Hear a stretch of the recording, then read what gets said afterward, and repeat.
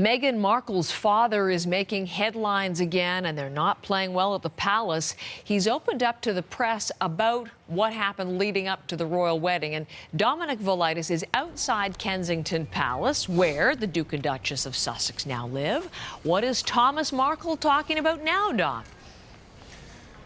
Yeah, that's right, Heather. He's been speaking to the press again, this time to the Sunday Mail newspaper, and he's been talking specifically about the days leading up to his decision to pull out of his daughter's wedding to Prince Harry. Specifically, he's been talking about the phone calls he had with the couple after he was exposed by the newspaper for those staged paparazzi photographs he took of him getting ready for the big day. Now, in the article, Heather, Thomas Markle says that he admits that he had lied to Prince Harry that when he was asked if he had cooperated with the paparazzi for those pictures. He said that he told the prince instead at the time that he was being measured up for a hoodie of all things.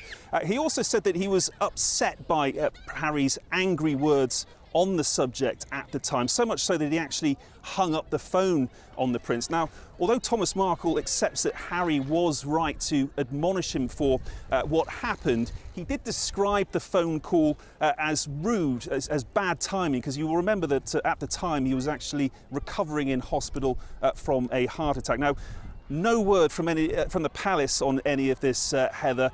It's difficult to see how that it would have gone down well, though, because the palace officials are really trying very hard to give Harry and Meghan space and time to adjust to married life. Here's Richard Palmer, though. He's the royal correspondent for the Daily Express newspaper.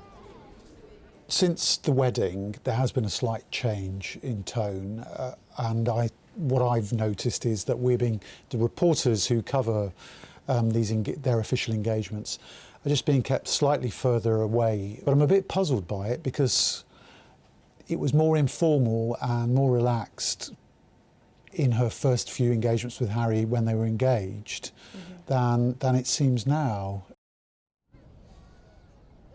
And it's difficult to see, Heather, how palace officials will deal with Thomas Markle in the future. It's worth pointing out, though, that the Sunday Mail newspaper says in its report over the weekend that Thomas Markle has vowed that that will be his last ever interview. If that remains to be the case, we'll have to wait and see. Heather. All right. Thanks very much, Dominic.